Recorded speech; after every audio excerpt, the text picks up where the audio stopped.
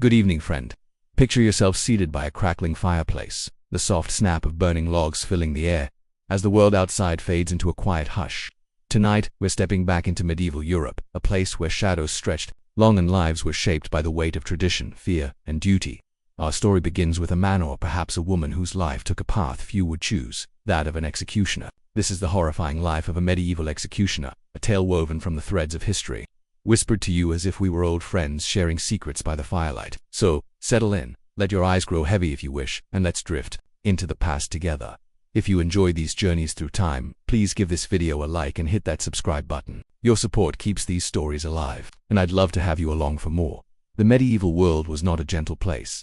Towns bustled with the clatter of carts on cobblestone streets, the shouts of merchants hawking their wares, and the distant toll of church bells calling the faithful to prayer. But beneath this lively surface lay a current of fear of disease, of war, of divine judgment, and of the law's unyielding hand. Justice in those days was swift, often brutal, and the executioner was its shadowed enforcer. To understand the life of an executioner, we must first ask, how does one become the bringer of death? How does a person step into a role that marks them as both necessary and despised? Let's imagine a man named Aldrich, born in a small village in 14th century England. Aldrich wasn't born with dreams of wielding an axe or tying a noose. No child, after all, aspires to be feared. He was the son of a tanner, his days spent scraping hides in a cramped workshop that reeked of damp leather and sour lye. The village of Thornwick was small, its people bound by the rhythms of the harvest and the church, but it was no stranger to hardship. Famine had crept in the year Aldrich turned 16, thinning faces and shortening tempers. His father, burdened by debt, fell ill one winter, his coughs echoing through their drafty home like a warning. When he died, Aldrich was left with nothing but a mother too frail to work and a younger sister who looked to him with hungry eyes. In Thornwick, as in much of medieval Europe, the role of executioner was often a last resort for the desperate. It was a job that promised steady pace, sometimes a few shillings per execution, sometimes the belongings of the condemned, but it came at a terrible cost. Executioners were outcasts, shunned by their neighbors, barred from honest trades, and often forced to live on the fringes of society. Yet, for someone like Aldrich with no land, no coin, and no prospects, the choice was stark: starvation or survival. The village needed a new executioner after old Godric, the last one, had vanished one night. Some said he fled. Others whispered he'd been cursed by the souls he'd sent to their graves. The job was open, and the reeve, a stern man with a ledger full of debts, came knocking. Aldrich, the reeve said, standing in the doorway of the tanner's hut, his shadow long against the dirt floor. You've no trade now. The gallows need a hand. Refuse, and your mother and sister will be out on the road by spring. The words were cold, practical, like a blade pressed to Aldrich's throat. He was no murderer, no man of violence, but the hunger in his sister's eyes was a sharper spur than any threat. He nodded, and with that nod, his fate was sealed. This was how many executioners were made, not through choice but through necessity.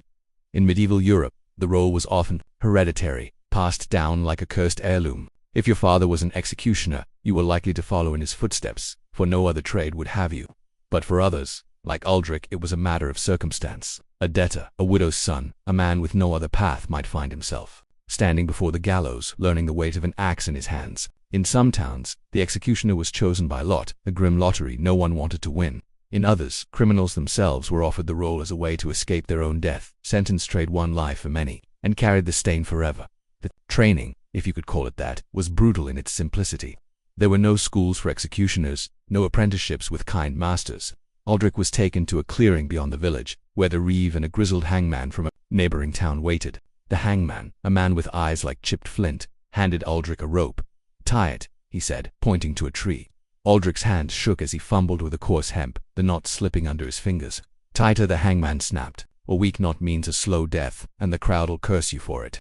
Over days, Aldrich learned the craft: how to tie a noose that would snap a neck cleanly, how to swing an axe without flinching, how to read a crowd's mood to know when to hurry or linger. Each lesson was a step away from the boy he'd been, a step deeper into the shadows. The sensory weight of this new life pressed on him. The air in the clearing smelled of damp earth and pine, but there was always a faint taint of iron, as if blood lingered in the soil. The axe, heavy and cold, left blisters on his palms, the wood handle worn smooth by hands before his. At night, he'd lie awake, hearing the wind howl through the village, imagining it carried the voices of those he'd soon meet on the scaffold. His mother, once warm and quick to laugh, now looked at him with a mix of pity and fear. His sister, too young to understand, still clung to him, but the neighbors turned away when he passed. The baker, who once slipped him a crust of bread, now spat into the dirt. Death's shadow, they called him behind his back. Aldrich felt the name settle into his bones, heavy as the axe he now carried. Yet, there was a strange duality to the executioner's role. The village needed him. Without someone to carry out the law's sentences, justice would falter, and chaos would creep in. Thieves, murderers, heretics, their fates rested on Aldrich's shoulders. He was the hand that kept order, the blade that upheld the king's law. But necessity didn't breed acceptance. The same villagers who relied on him to punish the guilty crossed the street to avoid his gaze. He was both protector and pariah, a man who walked alone even in a crowd. Let's pause for a moment, friend, as the firelight flickers. If you're enjoying this journey into the medieval shadows, please take a second to hit that subscribe button. It means the world to keep these stories flowing. Aldrich's first execution came sooner than he expected. A poacher, caught stealing deer from the Lord's forest, was to be hanged at the market cross. The day was grey, the air thick with the scent of rain and nervous sweat. The crowd gathered, a restless sea of faces, some angry, some curious, some simply there for the spectacle. Aldrich stood by the gallows, his stomach twisting, the rope in his hands feeling heavier than it should. The poacher, a wiry man named Tom, looked at him with wide eyes, not pleading, but searching, as if hoping to find some shred of mercy in Aldrich's face. "Make it quick, lad," Tom whispered as Aldrich fitted the noose. Those words burned into Aldrich's mind, a plea he'd carry for years. The moment came, and Aldrich pulled the lever. The trapdoor snapped open. The crowd gasped, and Tom's body jerked, then stilled. The silence that followed was louder than any shout. Aldrich felt the weight of every eye on him, judging, fearing, hating. He wanted to run, to shed the roll like a snake sheds its skin, but there was no escape. This was his life now, etched into his hands, his name, his soul. As Aldrich walked home that evening, the village seemed quieter, the streets emptier. Executioner's life had begun, but it was only the first step into a world of blood, duty, and solitude. What tools would he wield in the days to come? What rituals would shape his grim craft? That's a story for another night, friend. As we follow Aldrich deeper into the shadows, for now, let the fire's warmth hold you, and let the whispers of history carry you to sleep. If you're curious about what comes next, subscribe if you liked the video. We'll meet again soon by the gallows edge. The fire still crackles softly. Friend, its glow casting shadows that danced like memories of a world long gone. We left Aldrich last night, standing alone in the dusk of Thornwick, the weight of his first execution heavy on his shoulders. The village had turned its back on him, branding him Death's shadow, but his work was far from done. The life of a medieval executioner was not just about the moment of death, it was about the tools, the rituals, the careful steps that turned a man into the hand of justice. Tonight, let's walk with Aldrich as he learns the craft that would define him, feeling the cold steel of the axe and the rough hemp of the noose in his hands. Settle in, let the world fade, and let's step back into the medieval shadows. If you're finding comfort in these whispered tales, please give this video a like and hit that subscribe button. It keeps us traveling through history together. Aldrich's new life was shaped by the tools of his trade, each one a grim reminder of his role. In the early days, he worked under the watchful eye of the grizzled hangman who had trained him, a man named Wulfric, whose hands were scarred and whose voice rasped like dry leaves. Wulfric lived in a shack at the edge of a neighboring town, surrounded by the tools of death, an axe with a broad gleaming blade, a sword polished to a mirror's shine, and coils of rope stacked like sleeping serpents. "These are your companions." Now Wulfric told Aldrich, his breath sour with ale. "Treat them well, or they'll betray you." Aldrich learned quickly that an executioner's tools were not just instruments, they were extensions of his will, each with its own purpose and personality. The axe was the first to claim Aldrich's attention. It was heavy, its oak handle worn smooth by years of use, the blade nicked but sharp enough to slice through a straw dummy with a single swing. Wulfric taught him to balance it, to feel its weight shift in his hands. "A good swing is clean," Wulfric said, demonstrating with a slow arc that ended in a thud against a wooden block. "Miss, and you'll shame yourself. Worse, you'll anger the crowd." Aldrich practiced for hours in the clearing, the air sharp with the scent of pine and metal, his arms aching as he learned the rhythm of a killing blow. Each swing carried a whisper of finality, a reminder of the lives it would end. At night, he'd run his fingers over the blade, feeling its cold edge, wondering how many had met their fate beneath it. The noose was another matter.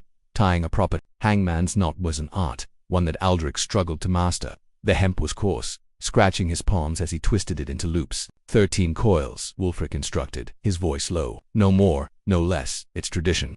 The number was said to ward off evil spirits, though Aldrich wondered if it was just another way to mark the executioner as cursed. He practiced until his fingers bled, learning to adjust the knot for a quick death, a mercy, Wulfric called it, though it felt like no mercy at all. The rope smelled of dust and damp, and sometimes, when Aldrich worked alone, he swore he could hear it creak, as if impatient for its next task. Then there was the sword, a rarer tool, reserved for nobles or high-profile executions. It was lighter than the axe, its blade etched with faint patterns that caught the light like ripples on water. Wulfric showed Aldrich how to wield it, a swift, downward stroke to sever a head cleanly. "You'll not use this often," Wulfric said, "but when you do, the crowd will expect perfection." Aldrich's first practice swing missed the mark, the blade biting into the ground instead of the straw dummy. Wulfric laughed, a harsh sound that echoed in the clearing. "Keep at it, lad. A botched beheading is a stain you'll never wash off." Beyond the tools, there were rituals, each steeped in tradition and superstition. Before an execution, the executioner was expected to prepare with care, almost like a priest readying for a sacrament. Aldrich learned to sharpen his axe the night before, the whetstone singing a high, grating song as it kissed the blade. He was taught to check the gallows, ensuring the trapdoor swung smoothly and the rope held firm. In some towns, executioners prayed before their work, kneeling in a church that often refused them entry on Sundays. Aldrich, though not deeply religious, but found himself whispering to the heavens, asking for steady hands and a quick end for those he'd meet at dawn.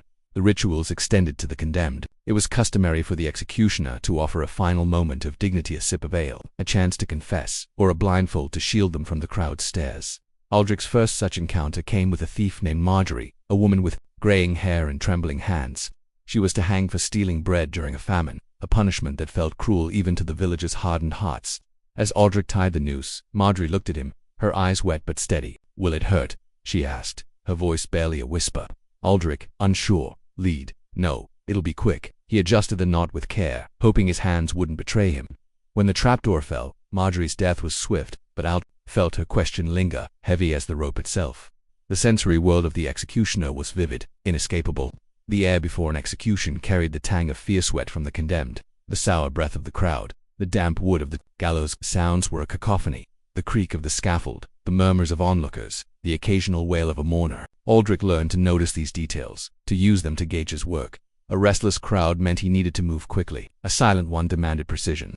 Even the weather played a role. Rain made the rope slick, wind could sway the body, and a hot sun turned the air thick with the stench of blood and straw. Yet for all the tools and rituals, Aldrich's life was not just about death. He was a craftsman of sorts, expected to maintain his tools with the care of a blacksmith or a carpenter. He learned to oil the axe's handle to keep it from splintering, to store the ropes away from damp to prevent rot. In quiet moments, he'd sit by a small fire in his hut, polishing the sword's blade, the flicker of flames reflecting in the steel. These moments were his only respite, a chance to feel human, to pretend he was just a man with tools, not a harbinger of doom. But the village never let him forget. The baker still spat when Aldrich passed, and children ran from him, their laughter turning to whispers. His mother's health worsened, her coughs now a constant companion, and his sister began to look at him with the same wariness as the neighbors. The tools that kept them fed also kept them apart, a barrier as real as the gallows shadow. Aldrich wondered, in those lonely nights, if he'd ever escape the role he'd taken on, or if the axe and noose would claim him as surely as they claimed the condemned. Let's pause here, friend, as the firelight dims. If you're enjoying this tale of Aldrich's shadowed world, please hit that subscribe button if you like the video. It's a small gesture that keeps these stories alive. Aldrich's tools and rituals were now part of him, as familiar as his own heartbeat. But what was it like to stand before a crowd, to feel their eyes and their judgment as he raised the axe or pulled the rope? That's a story for our next night, when we step onto the scaffold itself, where death was not just a duty but a spectacle. For now, let the warmth of the fire hold you, and let the whispers of history carry you to sleep. If you liked this chapter, subscribe if you enjoyed the video. We'll meet again soon, under the gallows gaze. The fire's embers glow softly now, friend, their warmth a quiet companion as we linger in the medieval world.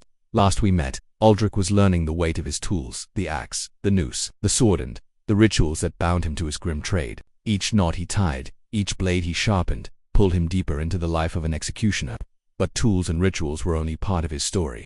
Today, we step into the heart of his work, the public execution, where death became a spectacle, and Aldrich stood at its center, caught between duty and the eyes of a restless crowd. So, settle closer, let the shadows wrap around you, and let's walk with Aldrich to the gallows edge. If you're finding solace in these tales whispered from history, please give this video a like and hit that subscribe button. It keeps us bound to these stories.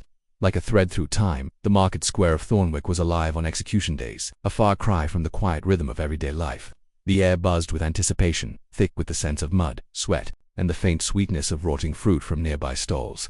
Villagers poured in from the surrounding fields, their boots churning the earth into a mire. Children darted through the crowd, their laughter sharp and fleeting, while merchants seized the chance to hawk pies and ale, their voices rising above the murmur like crows over a battlefield. Church bells tolled, slow and solemn, signaling the hour of justice. For Aldrich these days were a trial unlike any other, a dance with death played out before hundreds of eyes. His second execution came in the spring of his 17th year, a day when the sky was heavy with clouds that threatened rain. The condemned was a man named Hal, a blacksmith accused of murdering a rival in a drunken brawl. Hal was broad-shouldered, his hands calloused from years at the forge, but now they trembled as he stood on the gallows. Aldrich felt the weight of the moment as he climbed the wooden steps, the boards creaking under his boots. The crowd pressed close, their faces a blur of curiosity, anger, and fear. Some shouted curses at Hal, others whispered prayers, and a few stood silent, their eyes fixed on Aldrich as if he were death itself. The gallows loomed over the square, a rough-hewn structure of oak, weathered by years of wind and blood. Its shadow stretched across the cobblestones, cold and unyielding. Aldrich's hands were steady as he checked the rope, the knots he'd tied the night before still firm under his fingers. The hemp smelled of damp and dust, a scent that clung to him now, marking him as surely as the black hood he wore to shield his face. Not all executioners wore hoods, but Aldrich had chosen one, hoping it might distance him from the act. It didn't. He could still feel the crowd's gaze, heavy as a yoke, judging him as much as they judged the condemned. As he fitted the noose around Hal's neck, Aldrich caught the man's eye. Hal's face was pale, his breath ragged, but he managed a nod. "Do it clean, lad," he muttered, his voice hoarse. Aldrich nodded back, a silent promise. The crowd grew quiet, the silence more oppressive than their earlier shouts. He stepped to the lever, his heart pounding, the wood slick under his palm. A single pull, and the trapdoor snapped open with a crack that echoed like thunder. Hal's body dropped, the rope snapped taut, and a gasp rippled through the crowd. It was over in a moment, but to Aldrich it felt like an eternity. Each second etched into his memory the creak of the rope, the sway of the body, the crowd's sudden exhale.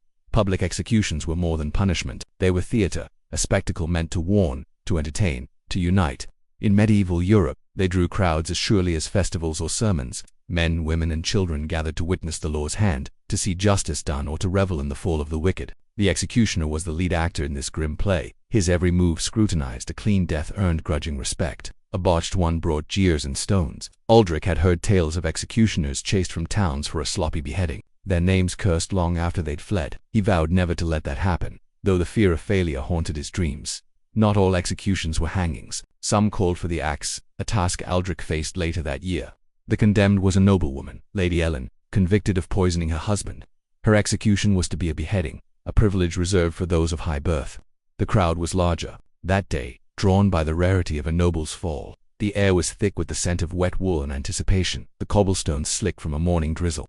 Aldrich's sword, polished to a mirror's shine, felt heavier than usual as he climbed the scaffold. Lady Ellen knelt, her neck bared, her eyes fixed on the horizon.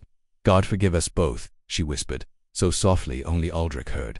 He raised the sword, his arms steady despite the tremor in his chest.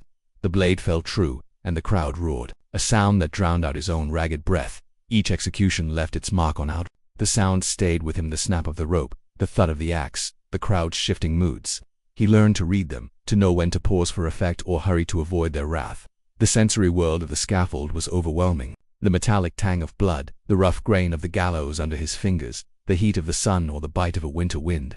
He noticed the small things too, the way a condemned man's hands clenched, the way a woman's lips moved in silent prayer, the way the crowd's cheers turned to whispers when death came too slowly. Yet, amid the spectacle, there were moments of humanity. Aldrich began to offer small kindnesses, as he'd been taught. A sip of ale for a trembling thief, a blindfold for a young man who couldn't bear the crowd's stares. These acts were fleeting, but they grounded him, a reminder that he was more than a blade or a rope. The crowd didn't always notice, but sometimes a mother in the throng would meet his eyes and nod, a silent thanks for a quick death. These moments were rare, fragile, but they kept Aldrich from losing himself entirely to the shadows. Still, the spectacle took its toll. After each execution, Aldrich walked home alone, the village streets emptying as he passed. The weight of the crowd's eyes lingered, heavier than the axe he carried. His mother's cough grew worse, and his sister, now old enough to understand his role, began to avoid his touch. The tools and rituals that defined his work were his only constants, but they couldn't shield him from the isolation that waited beyond the scaffold. What was it like to live as an outcast, feared and shunned by the very people he served? That's a story for our next night, friend, as we follow Aldrich to the edges of society. Let's pause here, as the fire burns low. If you're enjoying this journey through Aldrich's world, please hit that subscribe button if you like the video. It's a small act that keeps these stories alive.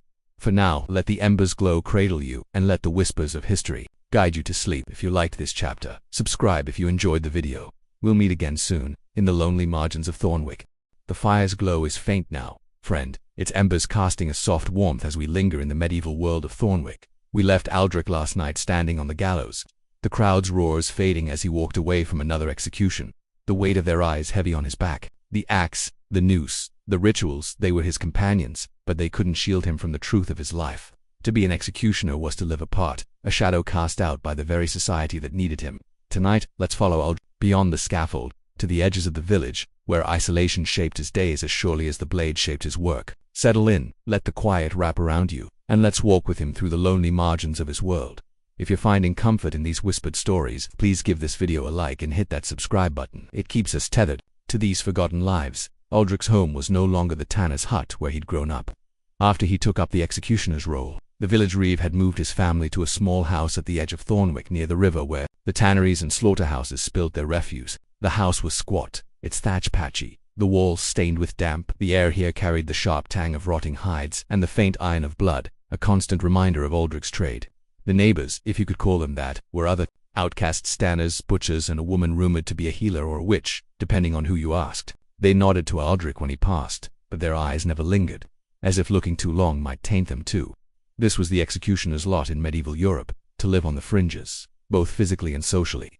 Executioners were often barred from living in the heart of towns, their homes relegated to the outskirts, near graveyards or rivers where the unwanted things of society were swept away. They couldn't join guilds worship in the main church pews, or even share a table at the tavern without drawing whispers. In some places they were forced to wear distinctive clothing, red gloves or a black cloak to mark them as untouchable. In Thornwick, Aldrich needed no such marker. His role was known, and it was enough to keep the village at a distance. The isolation began subtly but grew like a creeping frost. The baker, once kind, now turned away when Aldrich approached, muttering about death's hands touching his bread. The children who once played with Aldrich's sister Edda now ran from her, their mothers pulling them close as if the executioner's shadow could spread like a plague. Even the priest, Father Cedric, who preached mercy on Sundays, avoided Aldrich's gaze when he came to church, offering only curt blessings from a distance. Aldrich felt the village closing around him, a wall of whispers and turned backs that grew taller with each execution. His home offered little refuge. His mother's cough had worsened, each rasp a reminder of her fading strength. She rarely spoke of Aldrich's work, but her eyes, once warm, now carried a quiet sorrow. Ida, now 12, was old enough to understand the villagers' scorn. She'd stopped asking Aldrich to walk her to the market, her steps quickening when they passed neighbors together. The house was quiet most nights, the only sounds the creak of the floorboards and the distant rush of the river. Aldrich would sit by the small hearth, the fire's light flickering across his hands, still calloused from the rope and axe. He wondered if they'd ever feel clean again. Yet, life on the fringes had its own rhythm. Aldrich's days were shaped by his tools, preparing for executions, and scavenging what little the village offered. He'd learned to barter with the other outcasts, trading a sharpened knife for a loaf of coarse bread or a mended cloak for a jug of ale. The healer, an old woman named Jetha, was one of the few who spoke to him without fear. Her hut smelled of herbs and smoke, and she'd offer him tea made of chamomile, her voice low as she spoke of the stars or the old gods. "You carry their fear," she told him once, her eyes sharp. "But fear is just a shadow, it passes." Aldrich wanted to believe her, but the weight of the villagers' rejection felt heavier than any shadow. The executioner's isolation wasn't just social, it was legal. In many parts of medieval Europe, executioners were bound by strict rules. They couldn't marry into honest families. Their children were barred from most trades, and their touch was considered unclean. In some towns, they were forbidden to enter certain markets or drink from communal wells. Aldrich learned this the hard way when he tried to buy apples at the market square. The storekeeper, a wiry man with a pinched face, pushed his coin back. "Take your death money elsewhere," he spat. Aldrich walked away, the coin burning in his palm, his hunger a quiet ache. But there were moments when the isolation cracked, letting in slivers of light. One evening, as Aldrich walked home along the river, a boy no older than 10 approached him. It was Tom's son, the poacher Aldrich had hanged in his first execution. The boy's eyes were red, but his voice was steady. "You made it quick for my DA," he said, holding out a small carved wooden horse. "This is for you." Aldrich took it, his throat tight, and watched the boy run off. The horse sat on his hearth now, a small, rough thing that felt heavier than it should. It was a reminder that even in his outcast state, his actions rippled through others' lives, for better or worse. The villagers' need for Aldrich only deepened his solitude. When a thief was caught or a murderer sentenced, the reeve would summon him, his voice curt as if speaking to Aldrich tainted him too. Yet, without Aldrich the law would falter. He was the hand that kept order, the blade that upheld justice, but no one thanked him. The crowd cheered for a hanging, but they cursed the hangman. Aldrich began to see himself as a ghost, moving through Thornwick without truly belonging. His presence felt only in the shadow of the gallows. One night, after a particularly grim execution, a young man who'd wept as Aldrich tied the noose sat by the river, the water's murmur blending with the wind. He thought of his father, the tanner, who'd taught him to work with his hands, to take pride in a job well done. What would he think of this life? Aldrich's hands, once skilled at scraping hides, now bore the calluses of rope and steel. He wondered if there was any pride left to find, or if he was doomed to be nothing more than the village's shadow. Let's pause here, friend, as the embers fade to a soft glow. If you're enjoying this journey through Aldrich's lonely world, please hit that subscribe button if you like the video. It's a small act that keeps these stories burning bright. Aldrich's life on the fringes was a heavy burden, but could there be moments of redemption, glimmers of humanity in a role so steeped in death? That's a story for our next night, when we explore the hidden compassion that sometimes stirred in Aldrich's heart. Even as the gallows loomed, but for now, let the fire's last warmth hold you, and let the whispers of history guide you to sleep. If you liked this chapter, subscribe if you enjoyed the video. We'll meet again soon, seeking mercy in the shadows. The fire's embers are barely a whisper now, friend, their faint glow a gentle tether to the medieval world we've been wandering. Last we met, Aldrich was lingering by the river, an outcast in Thornwick, his life shaped by the village's scorn, and the cold solitude of his role. The gallows cast a long shadow over his days, marking him as death's hand. But beneath the weight of the axe and noose, a flicker of humanity still burned. Tonight, let's walk with Aldrich as he grapples with the moral weight of his work, finding moments of compassion that defy the darkness of his trade. Settle in, let the quiet hold you, and let's explore the heart of a man caught between blood and mercy. If you're finding solace in these tales from the shadows, please give this video a like and hit that subscribe button. It keeps us bound to these forgotten stories. Aldrich's days had settled into a grim rhythm. By his 18th year, he'd carried out dozens of executions, thieves, poachers, a heretic who'd spat at the priest, each one leaving a mark on his soul like a nick on his axe's blade. The village needed him, yet despised him. And he'd learned to move through Thornwick like a ghost, his steps silent, his eyes averted.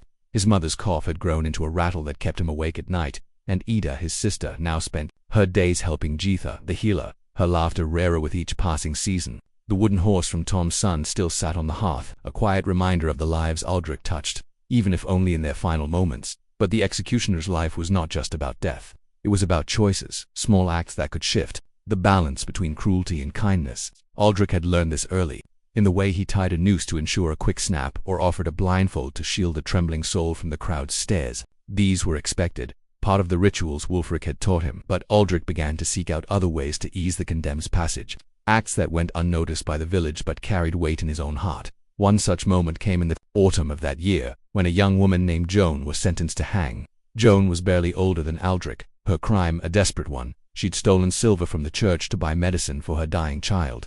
The village was divided. Some called her a thief, others whispered of mercy, but the priest's word was law, and the gallows awaited. The day was cold, the air sharp with the scent of frost and wood smoke, the crowd smaller than usual, their murmurs subdued.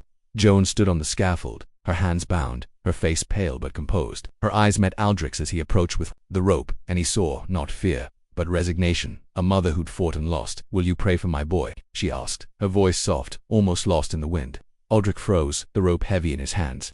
He wasn't a man of prayer, not anymore, but her words cut deeper than any blade. "I will," he said, his voice rough. He fitted the noose with care, adjusting the knot to ensure a swift end, and slipped a scrap of cloth over her eyes, though she hadn't asked for it. As he stepped to the lever, he whispered a prayer not to God, but to whatever force might watch over Joan's child. The trapdoor fell, the crowd sighed, and Joan was gone, her body still in the autumn chill. Aldrich lingered longer than he should, his hands clenched, the prayer still echoing in his mind. That night, he walked to the churchyard, the moon casting long shadows across the graves. He didn't enter execution as were unwelcome and sacred. Space-eyes, but he stood by the gate, whispering Joan's prayer again, hoping it might reach her son, wherever he was. It was a small act, futile perhaps, but it anchored Aldrich, a thread of humanity in a life steeped in blood. Such moments were rare, and they came at a cost. Compassion was a risk in Aldrich's world, a crack in the armor he wore to survive. The reeve had warned him early on, "Feel too much, and you'll falter, and the crowd will turn." Aldrich had seen it in Wulfric, whose hands shook, after years of killing, whose eyes carried a haunted glaze. Yet Aldrich couldn't shut out the faces of the condemned. Each one lingered: Marjorie's question about pain, Hal's plea for a clean death, Joan's quiet request. They were his burden, heavier than the axe he carried. Another test came the following spring when a boy named Will, no older than 15, was sentenced to die. Will had killed a man in a fight, a drunken brawl that left a farmer dead in the mud. The village was furious, demanding blood for blood, but Aldrich saw only a boy, his face bruised, his eyes wide with terror. The execution was to be a beheading, a rare punishment for a commoner, meant to send a message. The crowd gathered in the square, their shouts rising like a storm, the air thick with the scent of damp earth and ale. Aldrich prepared the sword, its blade gleaming under the grey sky, but his stomach twisted as he looked at Will, trembling on his knees as Aldrich raised the sword. Will sobbed, a sound that cut through the crowd's roar. "I didn't mean it," he gasped, his voice breaking. Aldrich hesitated, the blade heavy in his hands. The crowd grew restless, their shouts turning to jeers, but Aldrich lowered the sword and knelt beside Will. "Look at me," he said, his voice low. "Breathe, it'll be quick." He offered the boy a sip of ale, steadying his shaking hands, and tied a blindfold with gentle care. When the blade fell, it was true, and Will's death was swift. The crowd cheered, but Aldrich felt no triumph, only a hollow ache. He'd given the boy what mercy he could, but it wasn't enough to erase the weight of his tears. These acts of compassion set Aldrich apart, even among other executioners. In some towns, executioners were known for cruelty, taunting the condemned, or prolonging their suffering to please the crowd. Aldrich heard such stories from Wulfric, who spoke of men who'd lost their souls to the gallows, but Aldrich couldn't follow that path. Each act of kindness, each prayer, each blindfold was a rebellion against the darkness, a way to hold on to the man he'd been before the reeve's cold offer. Yet, the village noticed. Some whispered that Aldrich was too soft, that his hesitations dishonored justice. Others, quieter voices, saw his mercy as a strange grace, a flicker of light in a brutal world. Jetha, the healer, told him once, "You carry their deaths, but you carry their lives too. That's your curse, and your gift." Aldrich didn't know if it was a gift, but he felt it, a weight that grew with each execution. Each face that lingered in his dreams taught his compassion extended beyond the scaffold. When Ida fell ill one winter, her fever burning through their meager stores, Aldrich bartered his skills for medicine, sharpening Jetha's knives in exchange for herbs. He sat by Ida's bedside, his hands that had taken lives now gentle, as he cooled her brow. "Don't leave me," she whispered, her voice weak. Aldrich stayed, his heart heavy, knowing his role kept them alive but drove a wedge between them. When Ida recovered, she looked at him with new eyes, as if seeing both the brother and the executioner, unsure how to love them both. Let's pause here, friend, as the fire's last embers fade. If you're enjoying this journey through Aldrich's shadowed heart, please hit that subscribe button if you liked the video. It keeps these stories alive, like a flame in the dark. Aldrich's compassion was a fragile thread, but what of those closest to him? How did his role shape his family, binding them to a legacy of death? That's a story for our next night, when we step into the heart of Aldrich's home, where duty cursed them all. For now, let the quiet hold you, and let the whispers of history carry you to sleep. If you liked this chapter, subscribe if you enjoyed the video. We'll meet again soon, in the shadow of a cursed duty. The fire has burned low, friend, its faint embers casting a soft glow that barely holds back the dark. We left Aldrich last night grappling with the weight of his compassion, offering small mercies to the condemned while carrying their faces into his dreams. His life as Thornwick's executioner had carved a deep divide between him and the village. But the shadow of his role stretched closer still, into the heart of his home. Tonight, let's step into the small, damp house by the river, where Aldrich's mother and sister bore the burden of his cursed duty. Settle in, let the quiet wrap you like a cloak, and let's walk with Aldrich through the toll his work took on those he loved most. If you're finding solace in these whispered tales, please give this video a like and hit that subscribe button. It keeps us tethered to these stories of the past. Aldrich's home was a fragile sanctuary, its walls thin against the wind that carried the river's chill. The scent of damp thatch and herbs lingered in the air, mingling with the faint iron tang that seemed to follow Aldrich from the gallows. His mother Ellen had grown frailer, her cough a constant companion that rattled through the night. Edda, his sister, now 13, spent her days with Jetha the healer, learning to grind herbs and mix salves, but her eyes carried a wariness that hadn't been there before Aldrich took up the axe. The wooden horse from Tom's son still sat on the hearth, a silent witness to the family's unraveling. Its carved lines softened by the fire's glowed on medieval Europe. The executioner's role was often a family curse, passed down like a tainted heirloom. If your father was an executioner, you were marked from birth, your future narrowed to the same grim path. Your children, too, would carry the stain, barred from honest trades and respectable marriages. In some towns, executioners' families lived in segregated enclaves, their homes clustered like lepers' huts. Thornwick was too small for that, but the villagers' scorn was no less sharp. Aldrich's family felt it keenly, their lives reshaped by his choice to save them from starvation, a choice that now bound them to his shadow. Ellen had been a weaver before her husband's death. her hands skilled at turning wool into cloth that warmed the village. Now, her fingers trembled too much to work the loom, and the neighbors who once bought her wares turned away. "Death's mother," they whispered when she passed, as if her son's role had infected her. She rarely spoke of Aldrich's work, but her silence was heavy, her eyes avoiding his when he returned from the gallows, his cloak stained with the day's grim work. Once, late at night, Aldrich overheard her praying, her voice a broken whisper. "God, spare him from this life," she said, and Aldrich felt the words like a blade, knowing he was both her savior and her shame. Edda was different. She was young enough to remember the brother who'd carried her on his shoulders, who'd laughed as they chased each other through the fields. But the villagers' whispers had reached her, and she saw the way eyes followed her, the way mothers pulled their children close. At market, the stall-keepers served her last, their hands quick to take her coin but slow to meet her gaze. "Your brother's the hangman," a boy had taunted once, throwing a stone that grazed her cheek. Edda hadn't cried, but she'd stopped walking to market with Aldrich, her steps now solitary, her laughter buried under the weight of his role. The family's isolation was a shared burden, but it was Aldrich who felt it most acutely. He worked to keep them fed, bartering his coins, sometimes the clothes of the condemned for bread, ale, or medicine for Ellen's cough. The reeve ensured Aldrich's earnings were enough to survive, but never enough to escape. Each execution brought a few shillings, a pair of boots, a cloak stained with fierce sweat. Aldrich hid the coins in a hollow under the floorboards, hoping one day to buy Ada a place in a convent or a trade far from Thornwick. But the villagers' scorn made such dreams feel distant, like stars obscured by storm clouds. One winter, when the river froze and Ellen's cough turned to fever, Roll tested the family's bonds. Jitha's herbs weren't enough, and the village apothecary refused to sell to Death's kin. Aldrich, desperate, walked to a neighboring town under cover of night, his hood pulled low, to barter for medicine. He traded a sharpened axe for a vial of bitter liquid, its scent sharp enough to sting his eyes. When he returned, Ada was waiting, her face pale in the firelight. "You shouldn't have gone," she said, her voice tight. "They'll hate us more now."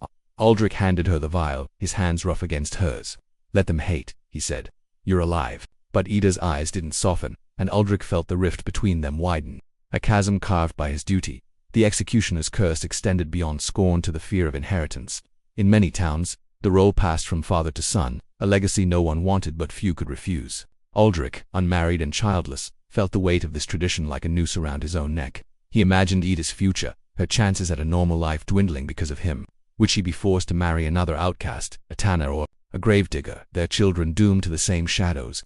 The thought kept him awake, the wind howling outside like the voices of those he'd sent to their graves. Yet there were moments when the family held fast. One spring evening, after a long day of sharpening his tools, Aldrich found Edda sitting by the hearth, carving a small wooden bird. She looked up, her eyes hesitant, then handed it to him. "It's for you," she said, her voice soft, "so you have something besides that horse." Aldrich took it, his throat tight, and placed it beside the horse on the hearth. For a moment, they were just brother and sister, not the executioner and his kin. Ellen, watching from her pallet, smiled faintly, the first smile Aldrich had seen. In months, these moments were fleeting, but they were lifelines, threads of love that kept the family from unraveling entirely. The villagers' need for Aldrich only deepened their isolation. Each execution another thief, another poacher drew the family further into the shadows. The crowd cheered for justice, but their cheers turned to whispers when Aldrich passed. One day, after hanging a man accused of arson, Aldrich overheard a woman in the crowd. "His sister's a sweet girl," she said. "Pity she's cursed by him." The words stung, sharper than any stone, and Aldrich hurried home, the gallows creak still echoing in his ears. As the years passed, Aldrich began to wonder if he could break the curse. He dreamed of leaving Thornwick, of finding a place where his hands could be clean, where Ida could marry without shame, where Ellen could die in peace. But the executioner's role was a chain, each link forged by necessity, fear, and duty. To leave would mean abandoning his family to starvation, defying the reeve, risking the crowd's wrath.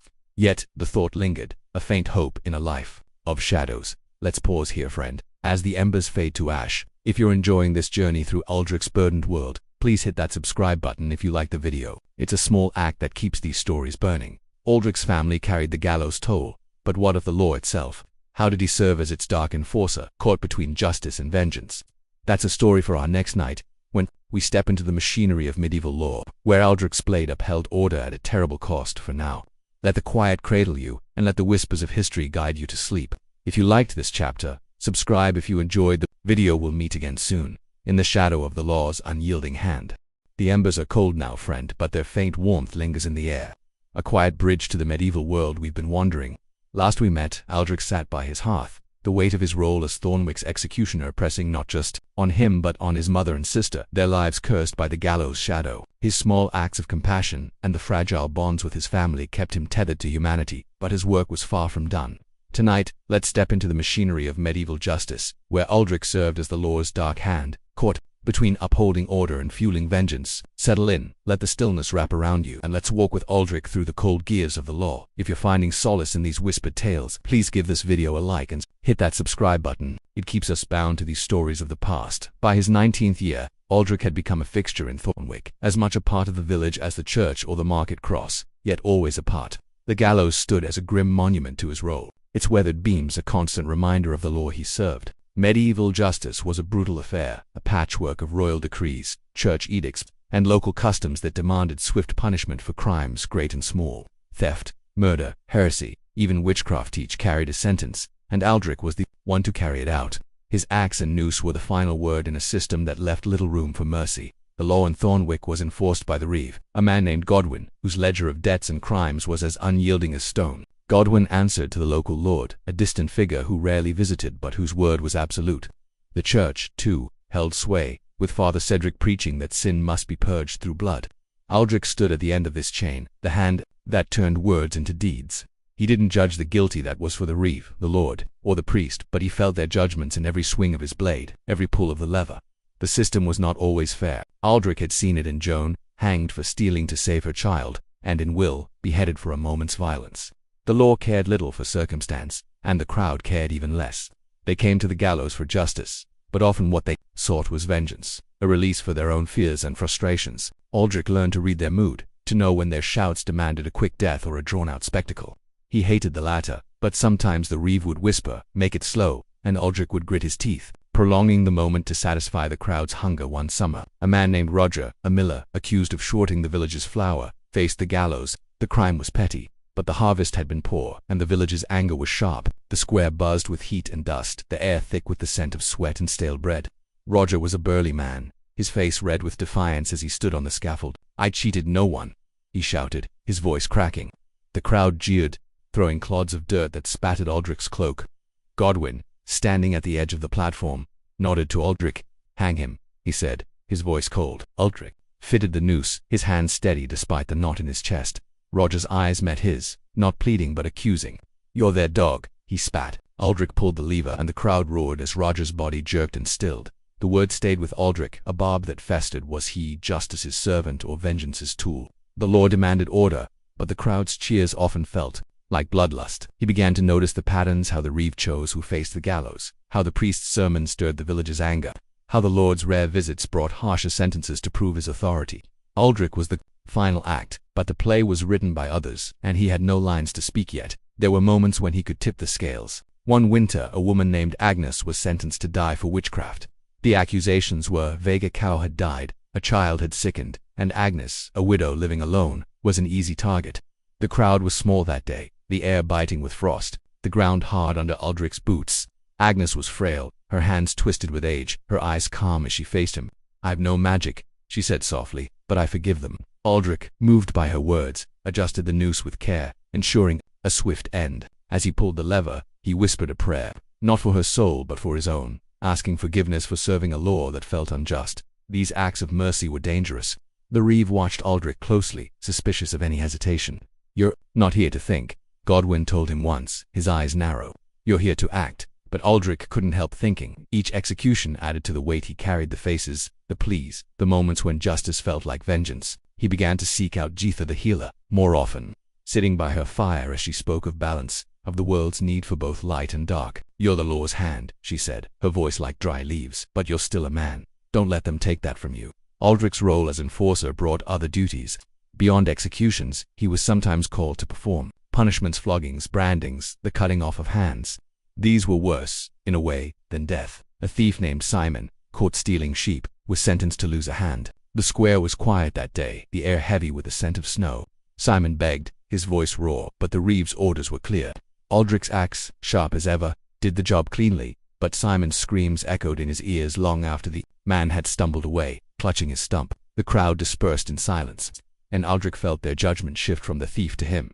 His family felt the law's weight. Ellen's health worsened, her prayers now a faint whisper, and Ida's time with Jitha offered little escape from the village's scorn. One evening, after a flogging that left Aldrich's hands trembling, Ida met him at the door. "They say you're cruel," she said, her voice small. "Are you?" Aldrich looked at her, his sister's eyes searching for the brother she'd known. "I do what they ask," he said, but the words felt hollow. He wanted to tell her of the prayers he whispered, the mercy he tried to give, but he feared she'd see only the blood on his hands.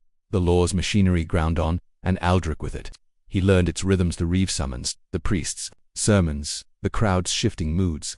He saw how it served the powerful, how it silenced the weak, yet he couldn't stop. His family's survival depended on his work, and the village's order rested on his blade. Each execution was a reminder of his place, a chain that bound him to Thornwick as surely as the gallows bound the condemned. One night, after a hanging that left the crowd cheering and Aldrich's heart heavy, he sat by the river, the waters murmur blending with the wind. He thought of Agnes, of her forgiveness, and wondered if he could ever forgive himself. The law called him its enforcer, but he felt like its prisoner trapped in a role that offered no escape. Could he find redemption, a way to balance the blood with something more? That's a story for our next night, friend, when we follow Aldrich as he seeks forgiveness in a world that offered none. Let's pause here, as the fire's last warmth fades. If you're enjoying this journey through Aldrich's burdened soul, please hit that subscribe button if you like the video. It keeps these stories alive, like a spark in the dark. For now, let the quiet hold you, and let the whispers of history guide you to sleep. If you liked this chapter, subscribe if you enjoyed the video. We'll meet again soon, seeking redemption in the shadows. The night is deep now, friend, the fire long gone to ash, but its memory lingers, a faint warmth tying us to Thornwick's shadowed streets. We left Aldrich last time by the river, wrestling with his role as the law's dark enforcer, his hands stained by the blood of justice and vengeance alike, the weight of his axe, the scorn of the village, the pain of his family they pressed on him, a burden that threatened to drown the man he once was. Yet even in this grim life, Aldrich sought something more, a flicker of redemption to balance the scales of his soul. Tonight, let's follow him as he searches for forgiveness in a world that offered little. Settle in, let the quiet enfold you, and let's walk with Aldrich through the whispers of hope.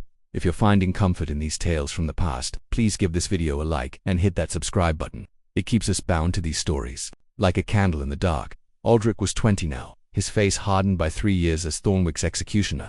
The gallows had become as familiar as his own shadow, each creak of its beams a reminder of the lives he'd ended. The village saw him as death's hand, but in his quiet moments Aldrich felt like a man adrift, searching for a way to make sense of the blood on his hands. The small mercies he offered, quick knots, Blindfeld's whispered prayers were not enough to quiet the faces that haunted his dreams. Joan's plea for her son, Will's sobbing confession, Agnes's calm forgiveness, they lingered, a chorus of voices that asked if he could be more than the law's blade. Redemption was a slippery thing in medieval Europe, especially for an executioner. The church preached forgiveness, but its doors were half closed to men like Aldrich, whose touch was deemed unclean. Father Cedric, Thornwick's priest, would bless him from a distance, his words clipped, as if Aldrich's presence tainted the sacred. Yet Aldrich found himself drawn to the churchyard at night. Standing outside its low stone wall, the moonlight casting shadows across the graves, he didn't pray for salvation, such hopes felt too grand, but for peace, for a way to carry the weights without breaking. One such night came after a grueling execution. A man named Thomas, a poacher caught in the Lord's forest, had faced the noose. The crowd was restless, the air thick with the scent of rain and anger, their shouts sharp as they demanded blood for the Lord's stolen deer. Thomas had trembled, his eyes searching Aldrich's for mercy. "I only wanted to feed my girls," he whispered. Aldrich, his heart heavy, adjusted the knot for a swift death and offered Thomas a sip of ale, his hand steady despite the ache in his chest. When the trapdoor fell, the crowd cheered, but Aldrich felt only the weight of Thomas's words, another stone added to the pile he carried. Afterward, he walked to the churchyard, the village silent under a heavy sky. He knelt by the gate, the grass damped beneath him, and whispered a prayer for Thomas's daughters. The words felt hollow, but they were all he had. As he stood, he saw a figure in the shadows, Jitha, the healer, her eyes glinting like stars. "You seek forgiveness where they won't give it," she said, her voice low. "Look to yourself, Aldrich. That's where it lives." Her words stayed with him, a seed planted in the dark, but he didn't know how to nurture it. Aldrich's search for redemption took other forms, small acts that felt like defiance against his role. He began leaving offerings at the graves of those he'd executed, a sprig of lavender for Joan, a smooth stone for Will, a carved twig for Thomas. The churchyard was forbidden to him, but he placed them at the wall's edge, hidden in the grass, hoping they might ease the souls he'd sent beyond. The village didn't notice, but Jitha did. Her nod a quiet approval as she passed him on the river path. His family too became part of his quest. Ellen's health had worsened, her cough now a wet rasp that filled their home. Aldrich spent his earnings on medicine, bartering with traveling merchants who didn't know his face. He sat by her bedside, his hands calloused from rope and steel, gently smoothing her blanket. "You're a good son," she whispered once, her voice faint, but warm. The words were a bomb, a fleeting sense that he could still be good, despite the blood. Edda, though, was harder to reach. She was 14 now, her days spent with Jitha, her hands stained with herb juices. She rarely spoke of Aldrich's work, but her silence was heavy, her eyes avoiding his when he returned from the gallows. One evening, after a day of sharpening his axe, Aldrich found Edda by the river, washing clothes in the fading light. The water's murmur mingled with the scent of wet wool, and for a moment Aldrich saw the sister who'd once laughed with him. "Saving coins," he said, sitting beside her. "For you. To get you out of here." Edda looked at him, her eyes sharp. "And you?" she asked. "Will you leave?" Aldrich had no answer, the weight of his role a chain he couldn't break. But he vowed to try, for her, for the hope of a life untainted by his shadow. The village offered little room for redemption. The reeve, Godwin, grew harsher, his summons more frequent as the Lord demanded stricter justice. The crowd's cheers grew louder, their hunger for spectacle sharper. Aldrich felt their eyes, not just on the scaffold but in the streets, marking him as the law's tool, not its servant. Yet, he found ways to resist. When a young thief faced a flogging, Aldrich struck lightly, just enough to satisfy the reeve, sparing the boy the worst of the lash. When a woman accused of adultery begged for a blindfold, he lingered, letting her speak her final words to her husband in the crowd. These acts were small, but they were his rebellion, a way to claim a piece of his soul. Jitha became his guide. In this quiet fight, her hut, filled with the scent of sage and smoke, was a refuge where Aldrich could speak freely. "You can't undo the dead," she told him one night, her hands grinding herbs. "But you can carry them with honor." She taught him to see his role as a balance, a necessary darkness that allowed the village to function. Aldrich wasn't sure he believed her, but her words gave him a framework, a way to see his work as more than murder. He began to carve small tokens: a bird, a star, a leaf, not just for Edda but for himself. Each one a reminder that his hands could create as well as destroy. One spring, a chance for redemption came unexpectedly. A fire swept through Thornwick, sparked by a careless baker's oven. The village rallied, but a family was trapped in their burning home. Aldrich, passing by, heard their cries. Without thinking, he ran into the flames, his cloak singed, his lungs burning with smoke. He pulled a child and her mother to safety, his hands blistered but steady. The crowd, for once, didn't turn away. A few nodded, their eyes softened, and the mother clutched his hand, tears in her eyes. "Thank you," she said.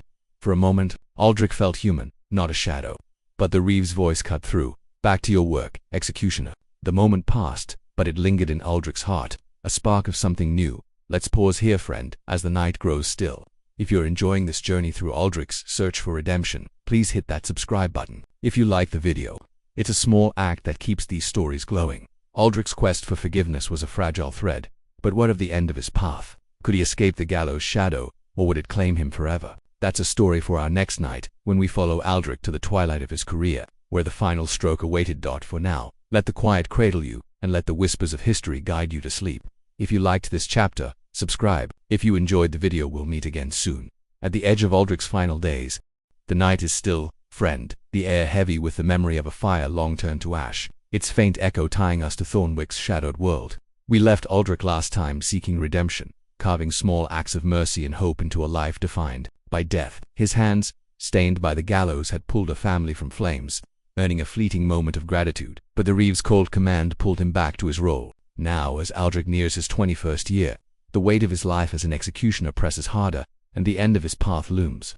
Tonight, let's walk with him through his final days in this grim trade, where the last stroke of his axe might bring release or ruin. Settle in, let the quiet hold you, and let's step into the twilight of Aldrich's story. If you're finding solace in these whispered tales, please give this video a like and hit that subscribe button. It keeps us bound to these fading lives.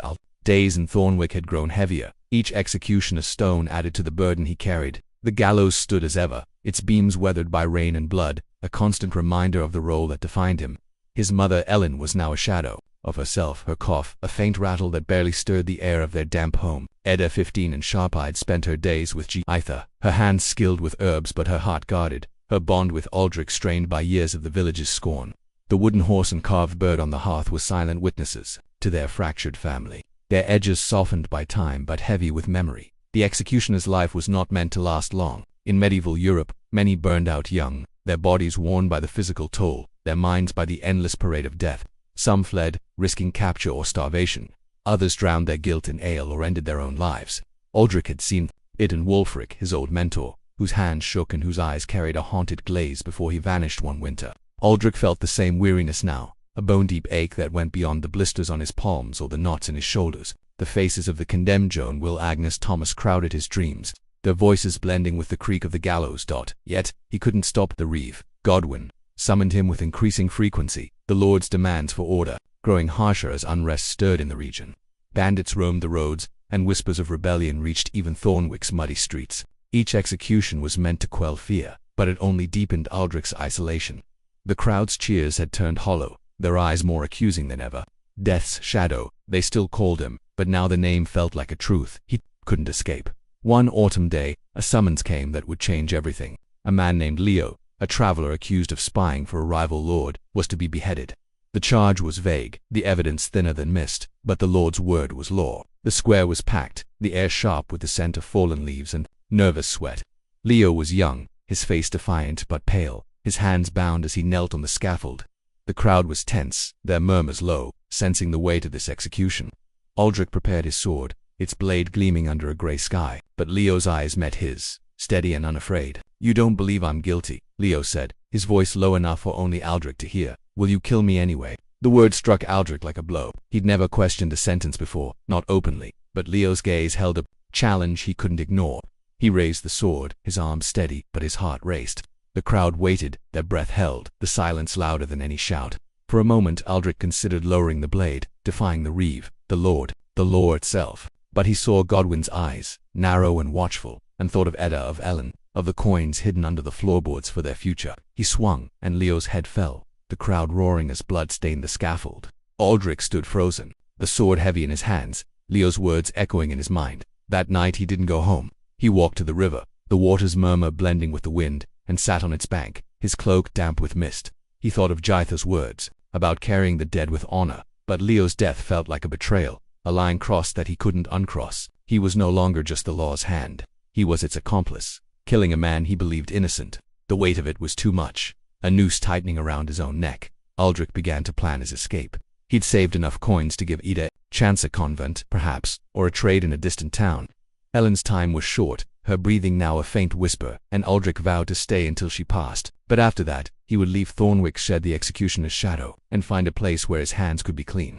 The thought was both thrilling and terrifying, a fragile hope in a life of chains. The final execution came sooner than he expected. A woman named Beatrice, accused of poisoning her abusive husband, was sentenced to hang. The winter air was biting, the square dusted with snow, the crowd smaller but no less eager. Beatrice was calm, her eyes steady as she faced Aldrich. "I did it," she said softly, "and I'd do it again." Aldrich admired her courage, a rare thing in the face of death. He adjusted the noose with care, offering her a blindfold. She refused.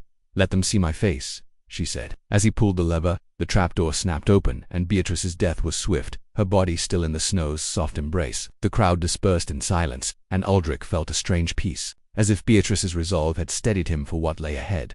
Ellen died that night, her breath fading as Aldrich held her hand. Ida wept, her face buried in Jitha's shoulder, and Aldrich felt the world shift beneath him. With Ellen gone, the last tether to his old life was cut. He gave Ida the coins, his voice steady as he told her to leave Thornwick to find a new path. "What about you?" she asked, her eyes wet but fierce. "I'll follow," he lied, knowing he couldn't stay but unsure where he'd go. The next morning, Aldrich left the gallows for the last time. He didn't tell Godwin, didn't pack his tools. He took only the wooden horse and bird, their weight light in his cloak. The village was quiet, the air crisp with the promise of snow. He walked past the churchyard, past Jitha's hut, past the river where he'd sought solace so many times. He didn't look back, but he felt Thornwick's shadow stretch behind him, a part of him forever. Where Aldrich went, no one in Thornwick knew. Some said he joined a monastery seeking absolution. In silence, others whispered he became a wanderer, his hands never clean but no longer bound by the noose. Jitha, when asked, only smiled, her eyes distant.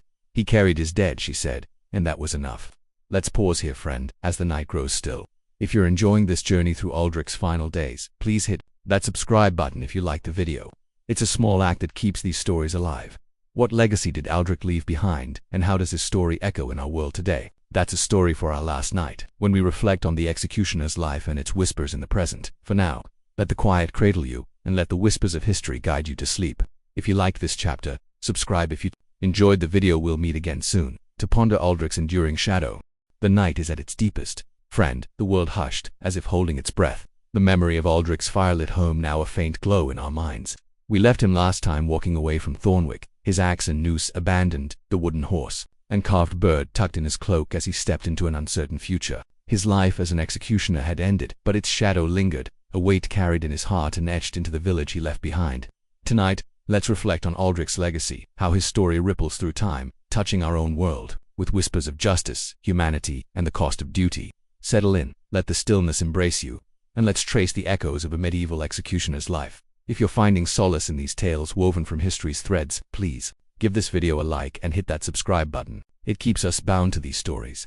Like a lantern in the dark, Aldrich's departure left Thornwick quieter, as if the gallows themselves mourned his absence. The village moved on, as villages do, finding a new executioner, stranger from a distant town, his hands untested but soon stained.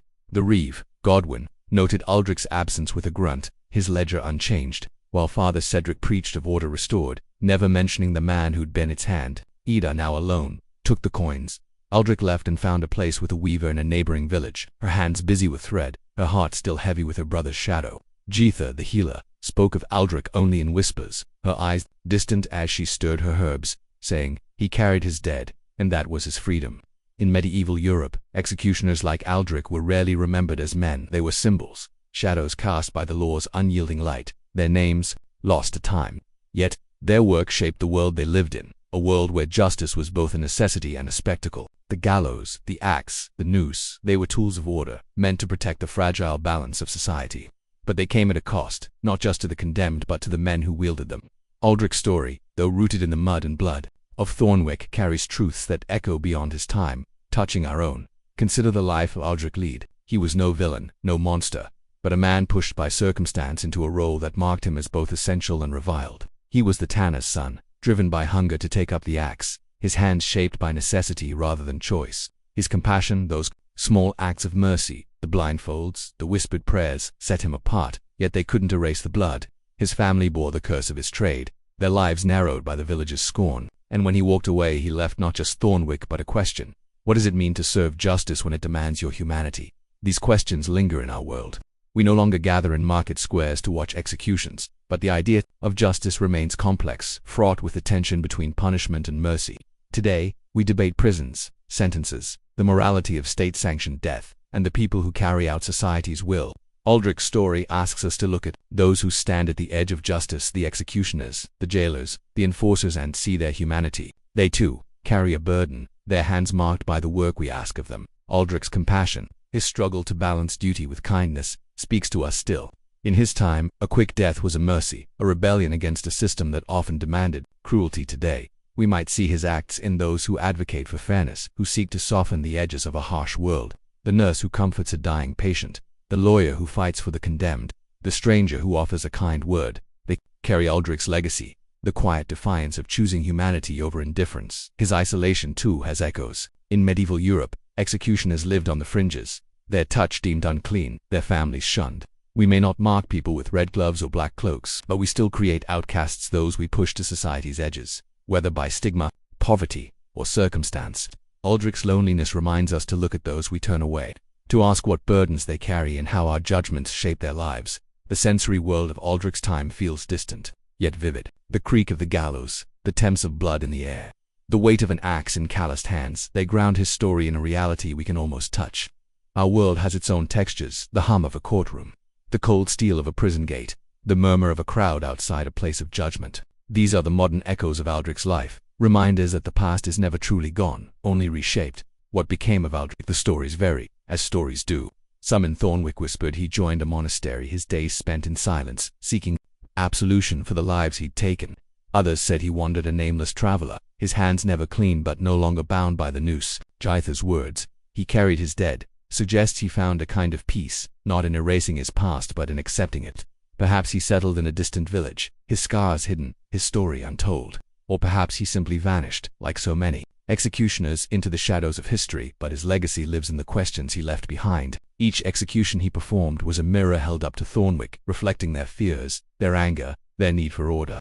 Each mercy he offered was a crack in that mirror, a glimpse of something more.